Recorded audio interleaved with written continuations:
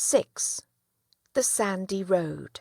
Once upon a time, a merchant with his goods packed in many carts came to a desert. He was on his way to the country on the other side of the desert. The sun shone on the fine sand, making it as hot as the top of a stove. No man could walk on it in the sunlight. But at night, after the sun went down, the sand cooled, and then men could travel upon it. So the merchant waited until after dark and then set out. Besides the goods that he was going to sell, he took jars of water and of rice and firewood so that the rice could be cooked. All night long he and his men rode on and on. One man was the pilot.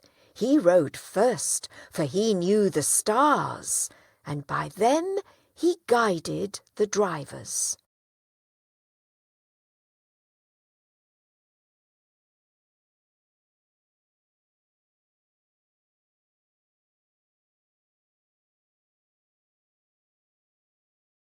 At daybreak they stopped and camped. They unyoked the oxen and fed them. They built fires and cooked the rice. Then they spread a great awning over all the carts and the oxen, and the men lay down under it to rest until sunset. In the early evening they again built fires and cooked rice. After supper they folded the awning and put it away. They yoked the oxen, and as soon as the sand was cool, they started again on their journey across the desert.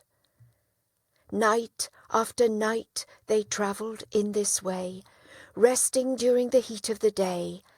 At last, one morning the pilot said, "In one more night we shall get out of the sand."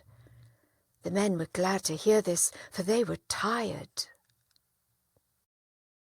After supper that night, the merchant said, "You may as well throw away nearly all the water and the firewood. By tomorrow we shall be in the city. Yoke the oxen and start on." Then the pilot took his place at the head of the line. But instead of sitting up and guiding the drivers, he lay down in the wagon on the cushions. Soon he was fast asleep, because he had not slept for many nights, and the light had been so strong in the daytime that he had not slept well then. All night long the oxen went on. Near daybreak the pilot awoke and looked at the last stars fading in the light. "Halt!" he called to the drivers. "We are in the same place where we were yesterday. The oxen must have turned about while I slept." They unyoked the oxen, but there was no water for them to drink. They had thrown away the water that was left the night before. So the men spread the awning over the carts, and the oxen lay down, tired and thirsty. The men too lay down, saying, "The wood and water are gone. We are lost." But the merchant said to himself, "This is no time for me to sleep. I must find water. The oxen cannot go on if they do not have water to drink. The men must have water. They cannot cook the rice unless they have water. If I give up, we shall all be lost." On and on he walked, keeping close watch of the ground. At last he saw a tuft of grass. There must be water somewhere below, or that grass would not be there, he said. He ran back, shouting to the men, "Bring the spade and the hammer." They jumped up and ran with him to the spot where the grass grew. They began to dig, and by they struck a rock and could dig no further.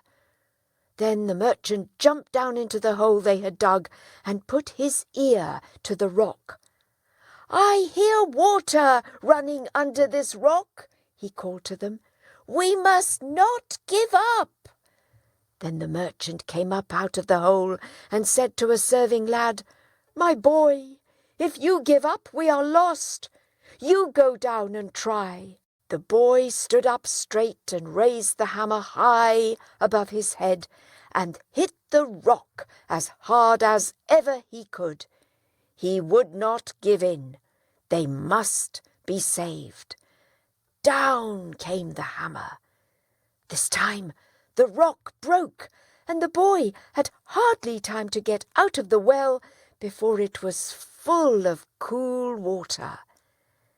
The men drank as if they never could get enough, and then they watered the oxen and bathed. Then they split up their extra yokes and axles and built a fire and cooked their rice. Feeling better, they rested through the day.